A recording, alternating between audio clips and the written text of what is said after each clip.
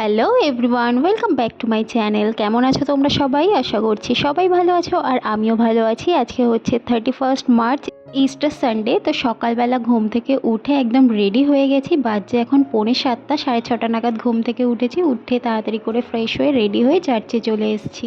Good ফ্রাইডেতে চার্চে এসেছিলাম, প্রচুর ভিড় ছিল, বাট আজকে অতটাও ভিড় নেই।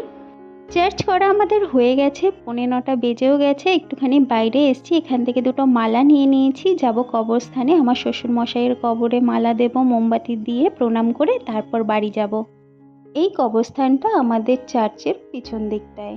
আর প্রচণ্ড গরম লাগছে, রোদ উঠেছে কটকটে, এখানে দাঁড়িয়েই থাকা যাচ্ছে না। রোহিত এখানে মালাটা দিয়ে দিল, তারপর মোমবাতি ধূপকাঠি দিয়ে প্রণাম করে বেরিয়ে পড়লাম। এই রোদে 1 ঘন্টা বাড়ির বাইরে থাকলে আর নিজেকে চেনা যাবে না, মনে হবে আফ্রিকা থেকে চলে এসেছি। বাড়িতে এসে গেছি, এসে একটু ছাদে এসেছি জামা প্যান্ট নিতে। আর অ্যাডেনিয়াম গাছে দেখেছো কত ফুল হয়েছে। নিচে এসে যিশু বাবার মূর্তিগুলোকে একটু ভালো করে মুছে নিচ্ছি, কারণ মালা দেব তাই। আসার সময় আমরা মালা কিনে নিয়ে এসেছি। আর রোহিতের অবস্থা দেখো, বাইরে থেকে এসেই শার্টটাকে খুলে সোফার উপরে রেখে দিল। মানে ও গোছানো জিনিস দেখতে পারে না। চেঞ্জ করার আগে ভালো করে পরিষ্কার করে মালাটা দিয়ে নেব, তারপরে যাব ব্রেকফাস্ট রেডি করতে। এখন বাজে ওই 9:15 নাগাদ।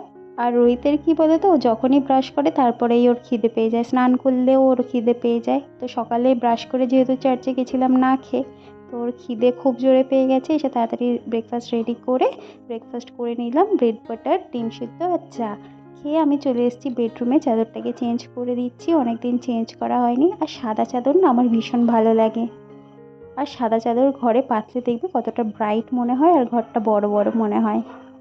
সুন্দর টিপটপ করে বিছানাটা গুছিয়ে নিয়েছি, জানলাটাকেও পরিষ্কার করে নিয়েছি। আজকে যেহেতু রান্নার কোনো চাপ নেই, আজকে আসলে আমাদের বাড়িতে একটা ছোট্টখাট্টো গেট টুগেদার হবে। মানে আমাদের যা ভাসুররা মিলে, নিচে 2 ভাসুর থাকে আর উপরে তো আমরা থাকি। তো 3 জনে মিলে, মানে 3টে ফ্যামিলি মিলে আর কি, একসাথে আজকে খাওয়া দাওয়া করা হবে। তো আমার ভাসুর বানাবে মাটন, আমার বড় যা বানাবে মাছের মাথা দিয়ে মুগ ডাল। আর বাকি রান্নাগুলো শাশুড়ি মা বলেছে আজকে তোমরা রেস্ট নাও, আজকে রান্নাগুলো আমিই করে দেবো। তো বাকি রান্নাগুলো শাশুড়ি মা করবে, এদিকে আমি ঘরটা টিপটপ করে পরিষ্কার করে ঝাড়ু দিয়ে মুছে নিচ্ছি। আরও কিছু টুকিটাকি কাজ করেছি, যেগুলো রোজ কাজের চাপে, মানে রান্নার চাপ থাকলে করা হয় না। মানে ওয়ার্ড্রপটা একটু পরিষ্কার করেছি আর কি, সেটা আর ব্লগে দেখানো হয়নি। তারপরে এই কলা পাতাগুলোকে একটুখানি ধুয়ে রাখছি, কারণ আমরা আজকে কলা পাতায় খাওয়া দাওয়া করব। কলা পাতায় সবাই মিলে একসাথে বসে খাওয়া দাওয়া করার মজাই আলাদা। সব কলা পাতাগুলো ধুয়ে এখানে রেখে দিলাম। তারপর একটু ছাদে গেলাম, মা ডাকলো আর কি ভাতটা হয়েছে কিনা দেখার জন্য। তো এখানে শাশুড়ি মা রান্না করছে। আর এই দেখো, এখানে ঝুরি আলু ভাজা, স্যালাড কাটা হয়ে গেছে, আর ডালও হয়ে গেছে, এখানে চাটনিও হয়ে গেছে। আর এই হচ্ছে মাটন কষা। আর আজকের মাটনটা না পুরো গোলবাড়ির মাটনের মতো খেতে হয়েছে। সবাই স্নান টান করে চলে এসেছি। এখানে দেখো একসাথে সবার ভাত বাড়া হচ্ছে, আমরা এখানে একসাথে বসে খাওয়া দাওয়া করব। লাঞ্চের মেনুতে ছিল আর কি ঝুরি আলু ভাজা, মাছের মাথা দিয়ে মুগ ডাল, স্যালাড, আর মাটন কষা, চাটনি, পাঁপড়, আর লাস্টে রয়েছে আইসক্রিম।